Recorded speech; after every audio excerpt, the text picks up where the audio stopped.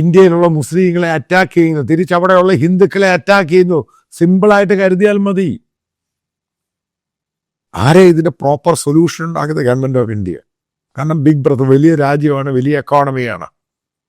അതിനിടയ്ക്ക് ഇവിടെ സോഷ്യൽ മീഡിയയിൽ അവർ അരി തെണ്ടുന്നു, ഇത് തെണ്ടുന്നു, അത് തെണ്ടുന്നു. ഇന്ത്യയായിട്ട് 14 ബില്യൻ്റെ ഡീലുള്ളൊരു രാജ്യമാണ് ഈ ബംഗ്ലാദേശ്. ഏറ്റവും കൂടുതൽ സാധനം ഇന്ത്യയിൽ നിന്ന് അവർ വാങ്ങുന്നതാണ്. അവിടെ നിന്ന് ഇങ്ങോട്ട് വരുന്ന വളരെ കുറച്ചേ ഉള്ളൂ. ട്രേഡുള്ള രാജ്യമാണ്. അപ്പം ഇതിനെല്ലാം നെഗറ്റീവായിട്ട് ഇന്ത്യക്കാരെ മുഴുവനും വർഗീയതയുടെയും സംഭവങ്ങളുടെ പേരിൽ അങ്ങ് മാറ്റിയെടുത്തു. അതിപ്പോഴെങ്ങനെ അവിടെ പാവം പിടിച്ച ഹിന്ദുക്കൾ, അവിടെയുള്ള ക്രിസ്ത്യാനികളും ദേ ആർ സഫറിങ്. ഇതാണ് മുൻകൂട്ടി കണ്ടുകൊണ്ടാണ് പല കാര്യങ്ങളും ചെയ്യേണ്ടത്. അതാണ് ദുരന്തം എന്ന് പറയുന്നത്. ഇന്ത്യൻ ഡിപ്ലോമസിയുടെ ദുരന്തമാണ് ബംഗ്ലാദേശും അതേപോലെ ചൈനയാണെങ്കിലും പാകിസ്ഥാനും നമ്മൾ ഉണ്ടാക്കിയെടുത്തത്. നമ്മൾ പ്രതീക്ഷിച്ചോ ഇതേപോലെ ബംഗ്ലാദേശ് നമ്മളെ ശത്രുവാകുമെന്ന്? ബംഗ്ലാദേശ് ഞാൻ എൻ്റെ പ്രെഡിക്റ്റ് ചെയ്ത് പറയാം, 2024 ചിലപ്പോൾ ഇന്ത്യ ബംഗ്ലാദേശ് വാറുണ്ടാകാൻ സാധ്യതയുണ്ട്. അവരെ മുന്നിൽ നിർത്തും, പാകിസ്ഥാനും ചൈനയും സപ്പോർട്ട് ചെയ്യും.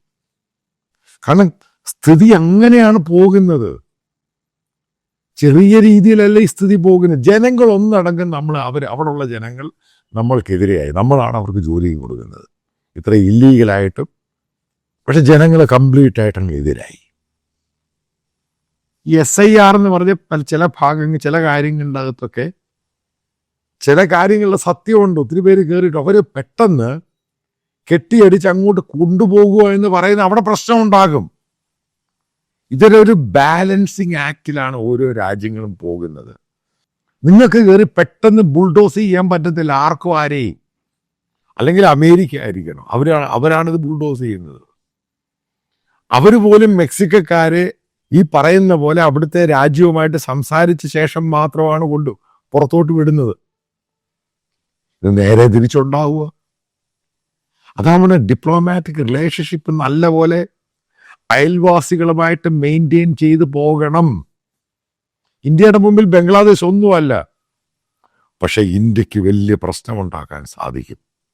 ഇന്ത്യ എല്ലാ തലത്തിലും ബാധിക്കുന്ന പ്രശ്നങ്ങൾ ഉണ്ടാക്കാൻ ബംഗ്ലാദേശ് ഇന്ന് വിചാരിച്ചാൽ സാധിക്കും. എല്ലാ രീതിയിലും സാധിക്കും. കാരണം അവർക്ക് സപ്പോർട്ട് ബേസ് പാകിസ്ഥാന്റെയും ചൈനയുടെയും ഉണ്ട്.